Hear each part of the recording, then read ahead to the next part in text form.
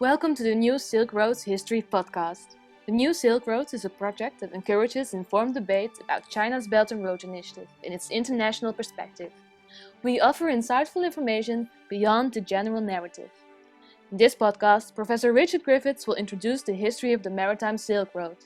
Let us take you back to the ancient civilization of Sumeria. We'll visit the old Omani copper mines, the main port of Ur, and we'll go all the way to the ports of the Indus to get an insight in the creation of the Maritime Silk Road. Follow us on Facebook or Twitter for more interesting content. Or take a look at our website where you can find more podcasts, books, and an online library dedicated to the New Silk Road. It's difficult to know where and when to situate the very first Maritime Silk Road. It's not enough that the historical or archaeological record establishes the presence of goods from one region in another where they were otherwise completely unknown. Throughout time, goods of great scarcity or great beauty or even great curiosity have often travelled over vast distances and passed through many hands to find their way to their new owners.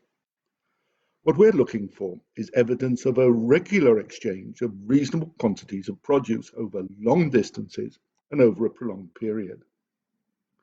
The first substantial trading network known to historians, and so qualifying for the title of the very first Maritime Silk Road, although without the word silk, was anchored at one end on the ancient civilization of Sumeria, based in present-day Iraq, and the cluster of trading towns in the Indus Valley basin spread between present-day Pakistan and northwest India.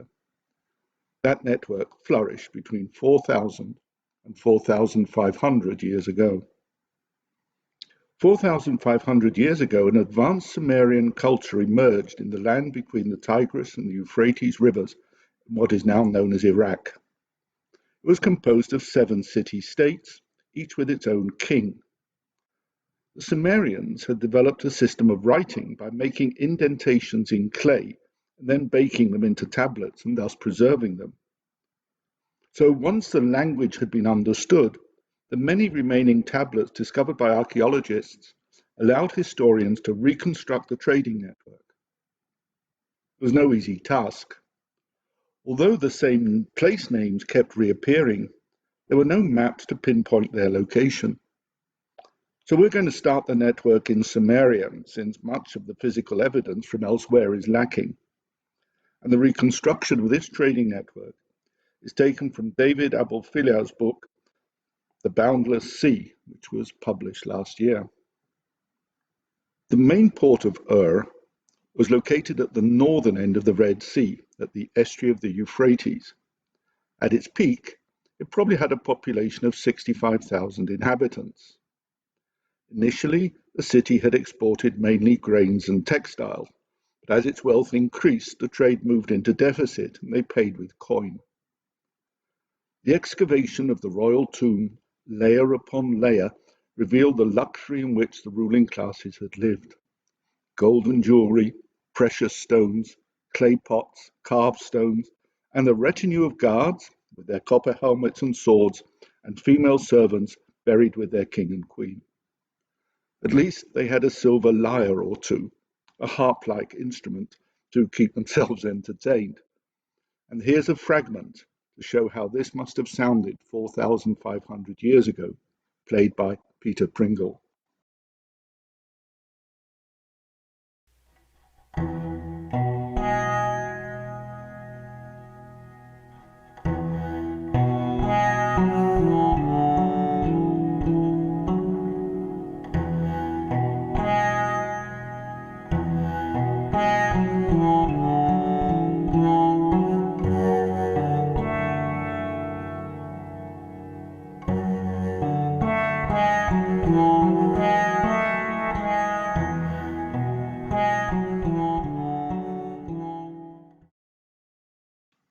The first main port of call was Dilam, in what is now Bahrain.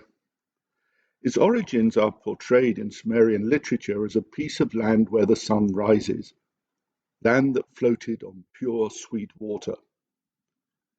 It was a land where the ark landed after the Great Flood in a narrative that basically mirrors the one that we're familiar with in the Bible.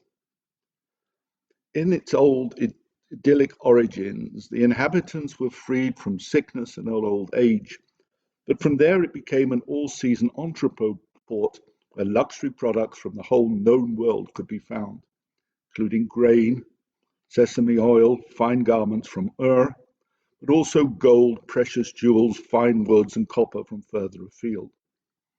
Highly coveted pearls were fished from its waters and still are.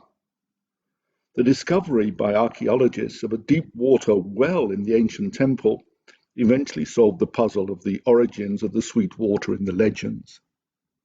And this is how the old poems describe Dilum. In Dilum, the ravens utter no cry. The wild hen utters not the cry of the wild hen. The lion kills not, the wolf snatches not the lamb. The sick-headed says, I'm not sick-headed. The old woman says, I'm not an old woman. The old man says, I'm not an old man. May the wide sea bring you its abundance. The city, its dwellings are good dwellings. Dilum, its dwellings are good dwellings. Its barley is very small barley. Its dates are very large dates. I think it must sound a bit better in the original.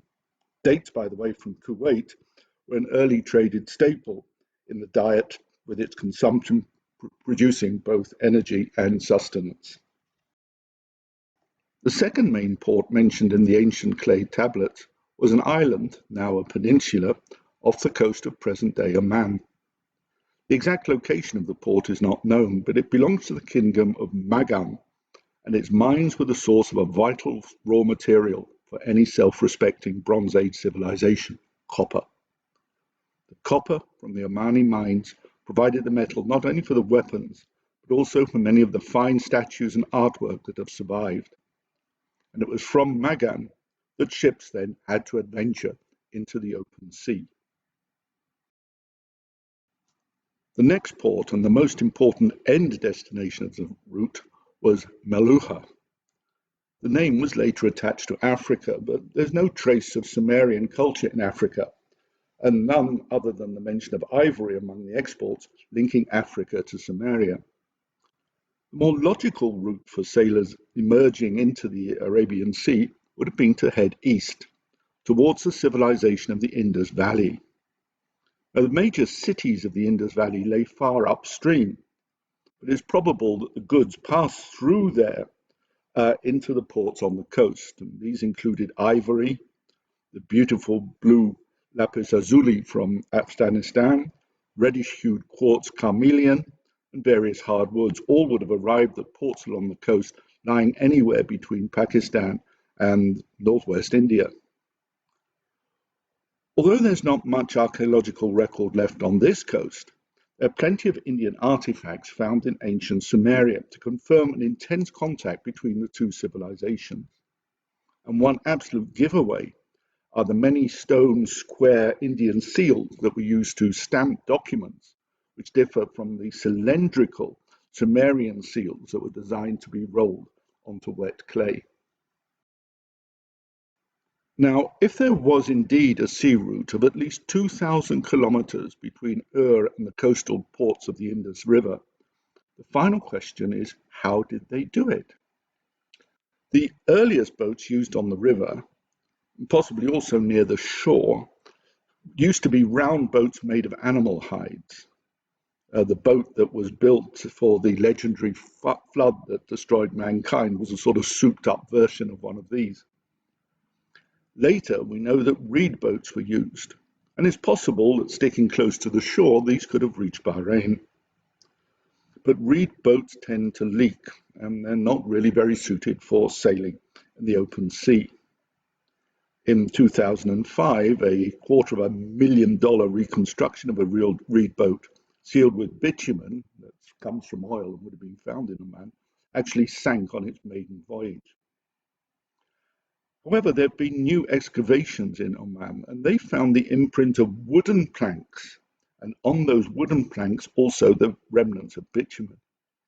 So a wooden ship made by roping or stitching the planks together and then properly sealing it would have been able to carry larger loads of metal and timber than a reed craft, and would certainly have been capable of making a voyage across the open ocean. The sewn plank technique remained common for another 1,000 years, but this is more than can be said of the two civilizations. It used to be common for historians to describe declines and falls of civilization as a result of conquests. But nowadays we prefer to look a little further back for the changes that weakened their economic and social structures and actually made them vulnerable to attack. For Sumerian civilization, the increasing salinity of the soil reduced the productivity of its agriculture. This, in turn, helped to undermine one of the props of its prosperity and rendering it vulnerable to attack and eventually defeat by the Babylonians. The decline of the Indus civilization has been linked to a persistent drought which helped change the course of the river. That drought, in turn, was a result of the cooling of the landmass and a consequent weakening of the rain-bearing monsoons. In other words, a good and early example of climate change. Now, I hope that you've enjoyed this video. The music that accompanied it was composed by Janet Zaddo, the leader of the Florence Youth Orchestra in Italy. The two images of the excavations at Ur were taken from a book published in 1900.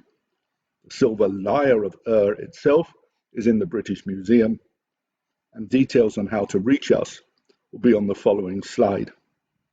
I look forward to meeting you online again sometime soon. Goodbye.